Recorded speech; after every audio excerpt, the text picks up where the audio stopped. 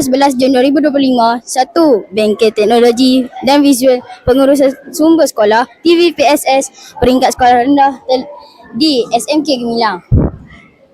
Bengkel ini menghimpunkan sekolah rendah dari beberapa sekolah sekitar daerah untuk memperkasakan kemahiran digital serta kreativiti dalam pengurusan sumber maklumat dan kandungan pendidikan. Bengkel ini memberi fokus kepada 2 aplikasi utama iaitu ChatGPT dan Canva yang semakin mendapat tempat dalam dunia pendidikan digital masa kini.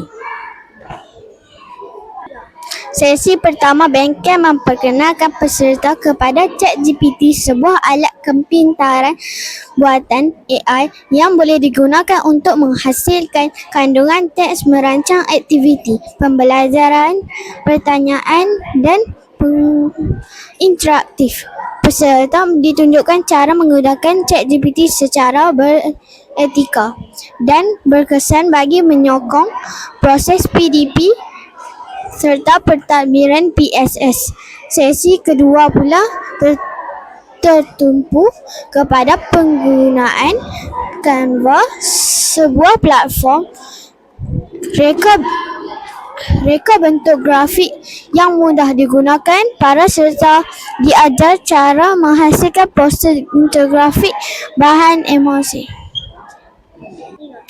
Seni kedua pula tertumpul kepada penggunaan Canva, sebuah platform reka bentuk grafik yang mudah digunakan. Para peserta diajar cara menghasilkan poster di grafik bahan promosi PSS serta laporan tahunan dengan rasa reka bentuk yang menarik dan proporsional. Aktiviti praktikal secara individu dan perkumpulan turun dijalankan secara individu menjalankan bagi menetapkan kefahaman peserta. Tenaga pengajar bagi bengkel ini terdiri daripada kefahaman peserta bagi menetapkan kefahaman peserta.